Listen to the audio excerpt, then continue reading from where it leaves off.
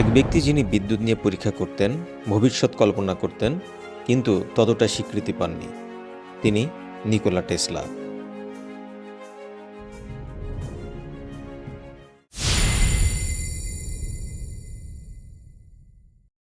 আঠারোশো সালে সার্বিয়ার স্মিলজান গ্রামে এক ঝড়ের রাতে জন্ম নেন নিকোলা টেসলা।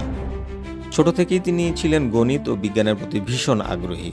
টেসলা এমন এক প্রযুক্তি কল্পনা করতেন যেখানে তার ছাড়াই বিদ্যুৎ পৌঁছাবে, কিন্তু তিনি বিকল্পধারার বিদ্যুৎ সিস্টেম তৈরি করেন, যা আজও সারা বিশ্বে ব্যবহৃত হয়। টেসলার বিপরীতে ছিলেন থমাস এডিসন।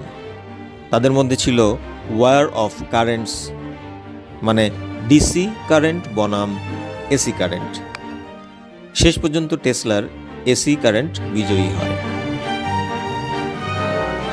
আজ মোবাইল, রেডিও, ওয়্যারলেস চার্জিং সব কিছুই সম্ভব হয়েছে টেসলার ধারণার কারণে, কিন্তু দুঃখজনকভাবে তিনি দারিদ্র্যের মধ্যে মারা যান।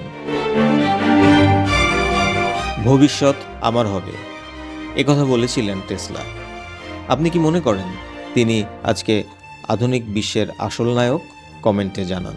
ভিডিও ভালো লাগলে লাইক, শেয়ার ও সাবস্ক্রাইব করুন। ধন্যবাদ।